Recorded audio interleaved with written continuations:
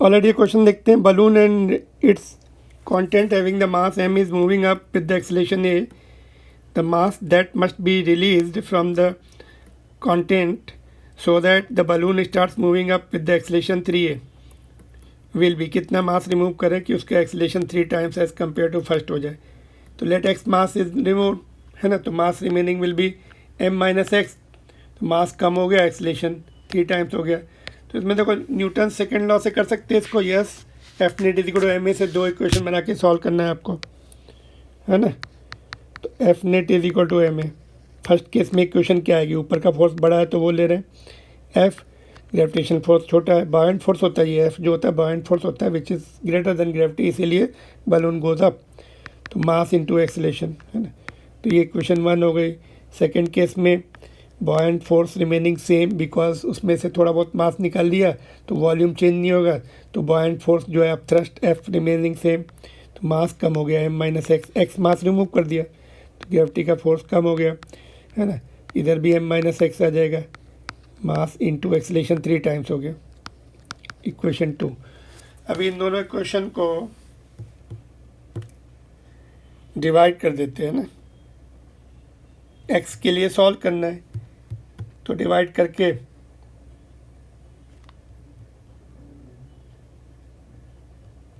F नहीं है क्या इसमें, एफ के लिए ठीक है डिवाइड नहीं करते, एफ को इक्वेट कर देते हैं ना. एफ की वैल्यू पुट कर देते हैं 1 में से 2. तो कितनी आएगी एफ की वैल्यू, देखो यहाँ से देखो F will be M A plus M G. तो ये इक्वेशन 2 में पुट कर देते हैं. M A plus M G minus M minus X G M minus X into 3a. क्योंकि एफ नहीं दिख रहा है इसमें, ए दिख रहा है, ठीक है. तो चलो फिर अभी सॉल्व कर लेते हैं. देखो एम जी तो यहाँ पे पूरा सॉल्व करना पड़ेगा. एम जी प्लस नहीं, यहाँ पे एम ए था, है ना. पहला टर्म एम ए, यहाँ पे देखिए M A plus M G. M A plus M G, इसको ब्रैकेट खोल लो, कुछ टर्म्स कम हो सकते हैं. एम जी हो गया प्लस एक्स जी हो गया, इधर भी खोल लीजिए ब्रैकेट. एम इंटू 3a हो गया माइनस 3 ए एक्स, है ना.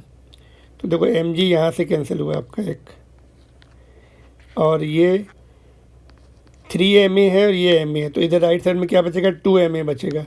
और ये माइनस वाला टर्म इधर आ जाएगा, प्लस हो जाएगा. तो ये 4 यहाँ पर 4 हो जाएगा, है ना.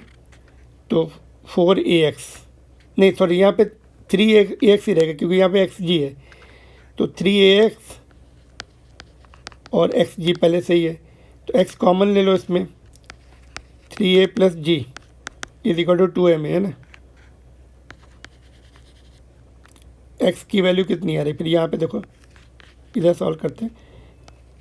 x का जो टर्म है, x के साथ जो टर्म है नीचे भेज दो.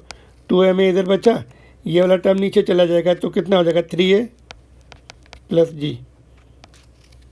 तो ये ऑप्शन कौन सा ऑप्शन के साथ मैच हो रहा है, ऑप्शन नंबर 3 के साथ मैच हो रहा है, ठीक है. तो हमने डिवाइड इसलिए नहीं किया बिकॉज हमें एक्सेलेरेशन चाहिए था, नहीं तो उसमें एक्सेलेरेशन कैंसिल हो जाता है, ए कैंसिल हो जाता है.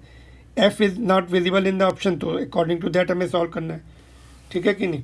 तो मेन क्या है आपका Newton second law, F net is equal M A, F net is equal to M A, है ना. उसमें क्या करते हैं हम, force in the direction of motion हम लिखते पहले, minus opposite force is equal to mass into acceleration, है ना. एफ एंड ए की डायरेक्शन सेम रहती है ना, नेट फोर्स जो force in the direction of motion. तो इसलिए हमेशा यहाँ पे एक्सेलेरेशन पॉजिटिव ले सकते हैं क्योंकि उस डायरेक्शन का फोर्स बड़ा होता है. तो F net is equal to M A से सॉल्व किया हमने option number 3. Moving on to the next question. अगर आपको पसंद आया please like it and subscribe the channel. Thank you very much. Moving on to the next question.